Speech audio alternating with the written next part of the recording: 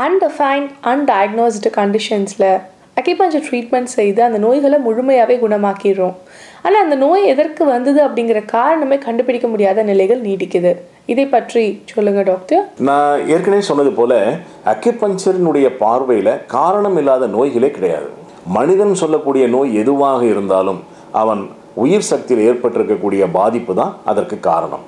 ஆனால் இன்றைய நவீன மருத்துவ முறையில் பல நோய்களுக்கு காரணம் கண்டறியப்படலை அப்படின்னு சொல்கிறாங்க. ஸோ இது அந்த அடிப்படையில் இருக்கக்கூடிய பிரச்சனை. அக்யூபஞ்சர் பார்வையில் காரணமில்லாத நோய்களே கிடையாது. இதுவரை இருக்கும் நோய்களாகட்டும், இன்னும் பல நூறு வருடங்களுக்கு பிறகு தோன்றக்கூடிய நோய்களாக இருக்கட்டும், எந்த நோயாக இருந்தாலும் அதற்கு காரணம் imbalance of the vital energy. மனித உயிர் சக்தியில் ஏற்படக்கூடிய சமநிலை பாதிப்பு தான் நோய்க்கான காரணம் அப்படிங்கிறது அக்யூபஞ்சரினுடைய அடிப்படை தத்துவம். அக்யூபஞ்சர் சிகிச்சை பற்றிய மக்களின் விழிப்புணர்வு எப்படி இருக்கு டாக்டர்? அக்யூபஞ்சர் தொடர்பான விழிப்புணர்வு நம்ம நாட்டில் மிக மிக குறைவாக தான் இருக்குது. 1972ஆம் ஆண்டு அமெரிக்க அதிபர் நிக்சனுடைய சீன பயணத்துக்கு பிறகு தான் உலகத்தில் இருக்க மற்ற நாடுகள்லாம் கொஞ்சம் கொஞ்சமாக இந்த மருத்துவ முறையை பற்றி தெரிஞ்சுக்க தொடங்கினாங்க.